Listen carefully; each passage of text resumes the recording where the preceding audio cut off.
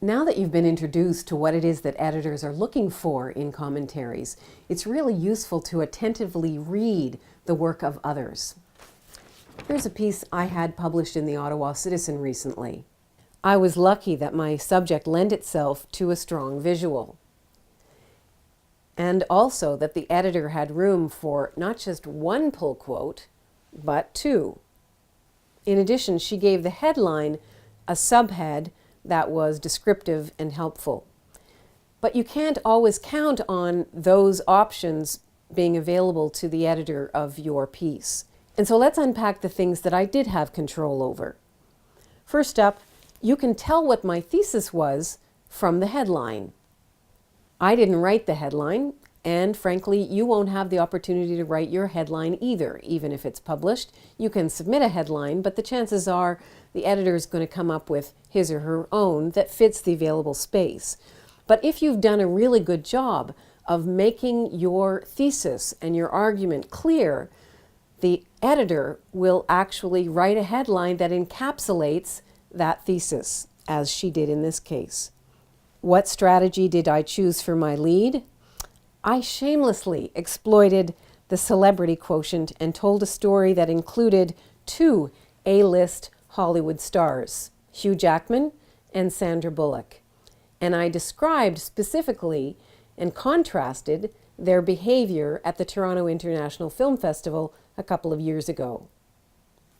Some of my evidence was anecdotal, but it was commonplace enough to have been observed by anyone who's ever eaten at a mid-scale restaurant catering to young people.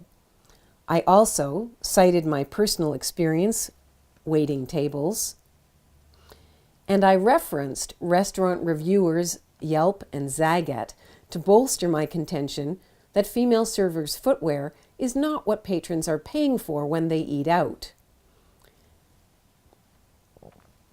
Finally, I quoted from the Ontario Human Rights Code, which, as the subhead notes, expressly forbids restaurants from requiring their female servers to wear heels, or short skirts and tight tops, as it turns out. My counterstatement anticipated the civil libertarian response. Don't like it? Don't work there.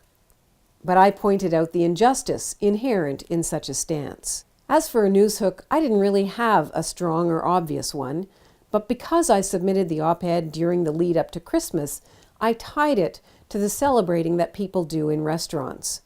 Finally, because I'm an activist at heart, and my reason for writing is almost always to change attitudes and behavior, policies and practices, I devoted my last paragraph to encouraging readers to raise the issue themselves the next time they notice female waitstaff doing a demanding job hobbled by heels while their male colleagues bound by in comfortable loafers. You can learn a lot by reading other people's commentaries about the strategies that are effective at engaging and convincing, and you can steal their ideas and their approaches to adapt into your own commentaries to increase the strength and persuasiveness of the op-eds that you write. Good luck!